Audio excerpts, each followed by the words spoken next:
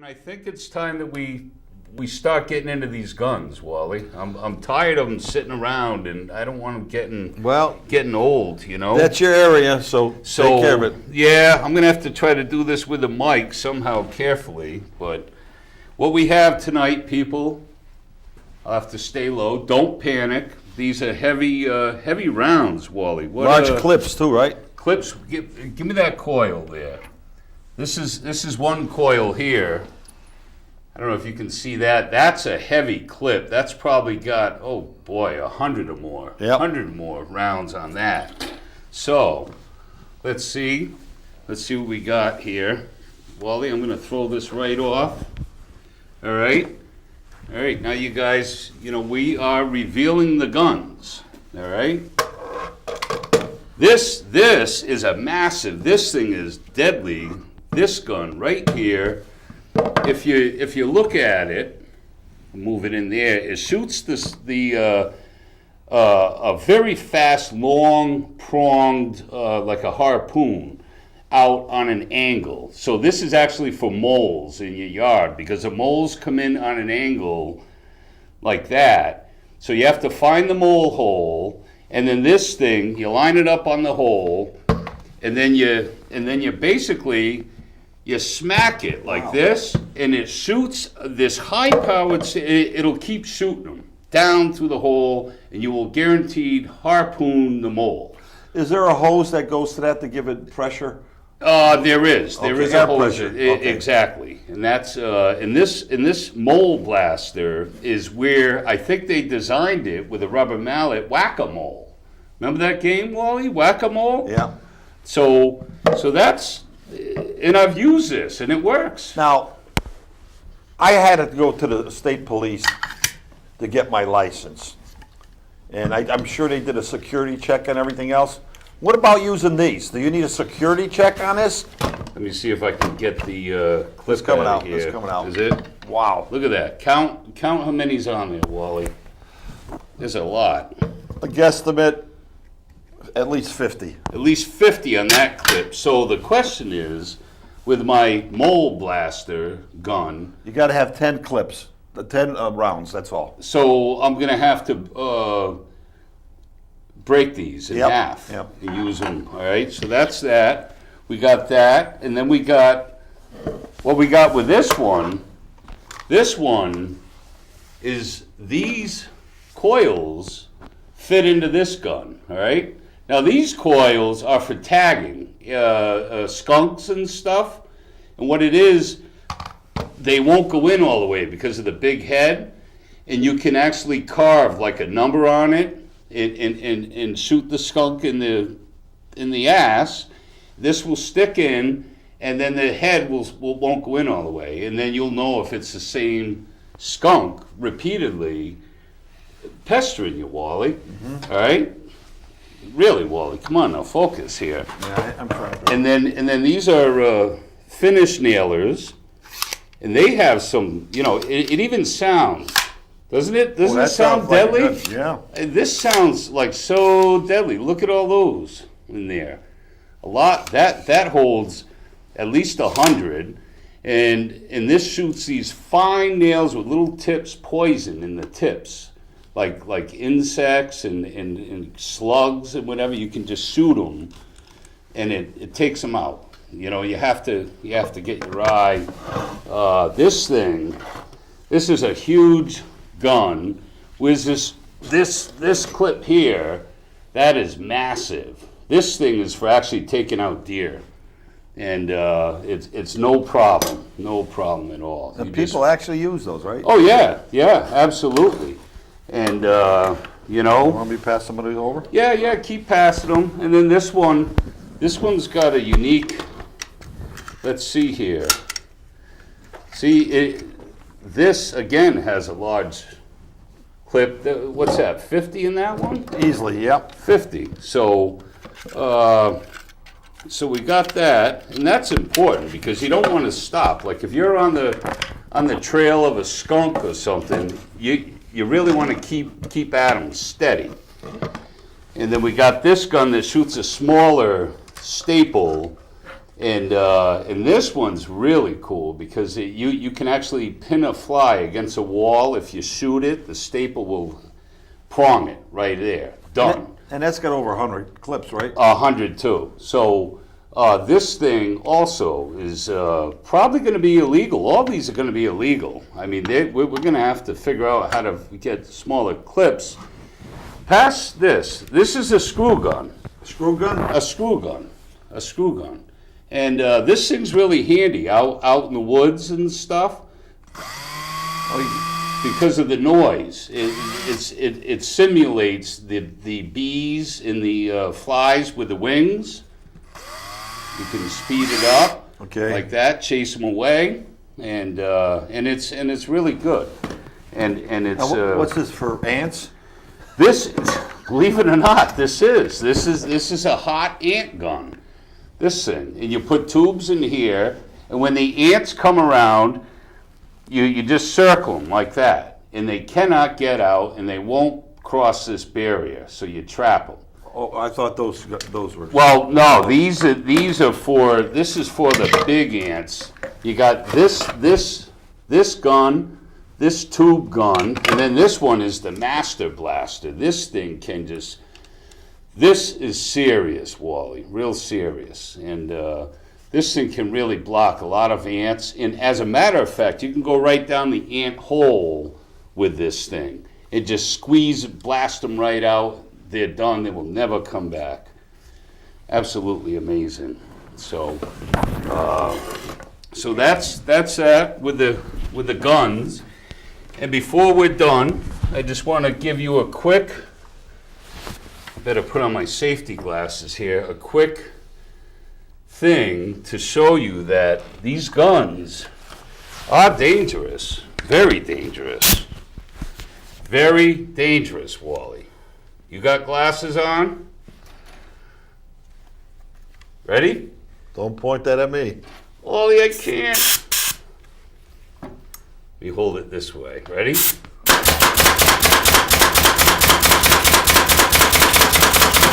Wow, that's an assault weapon. That is an assault weapon. Is that amazing or what? Wow. That's amazing. So when the show's over, Wally, you got to pick up 20 of those off the road. Well, I don't know.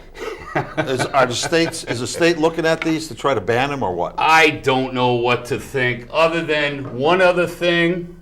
The only thing I can think of with all this confusion tonight, Happy April Fool's Day, everybody. That's all I can think, Wally. Happy April Fool's.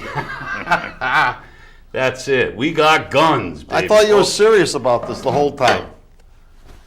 Well, I thought you really believed this. Yeah, you're probably the only one that believed me. Maybe everyone else knew. To that, we've made it to the half hour, and I almost feel like shooting more. I feel like I'm at the shooting range now. Well, if you're going to start shooting up the place, I think I'll go in the other room. You know what, Wally? Tools. I love tools. Yeah. Most people love tools. Tools are great. So.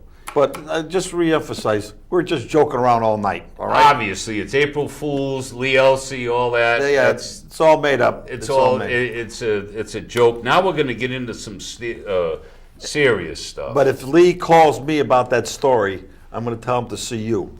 What do we got? Another call? There's a moth that keeps flying around, Wally, and it's bothering me, and it's over there. And I'm sorry, but You think you could get it? I think I can.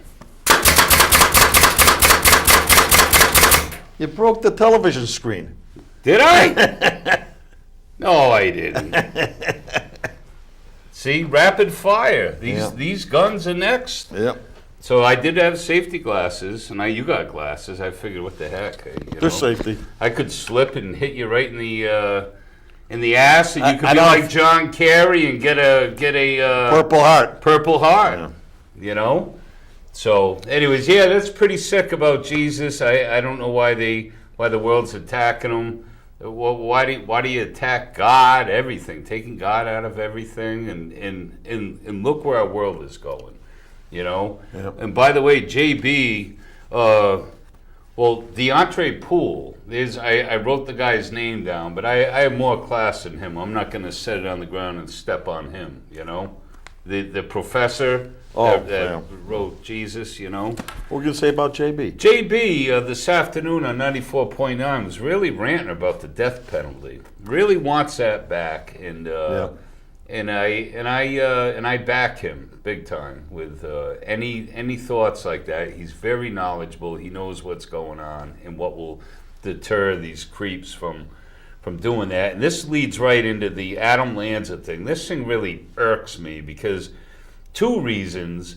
One is most parents, you need to show love to your children, and most of you parents out there know what I'm talking about. It's obvious. You love your child.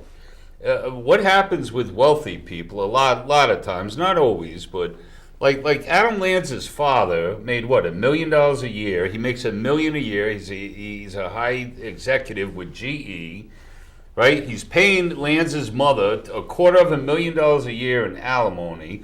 He's showing his love by sending money. She's showing her love by writing him a check for Christmas to buy another gun. And you know, my heart just wonders, what if they showed the kid more attention and more love? Would he ever feel that worthless? You know what I'm saying? So, anyways, that was my point with that. Hey, Reg, can we go to camera 3?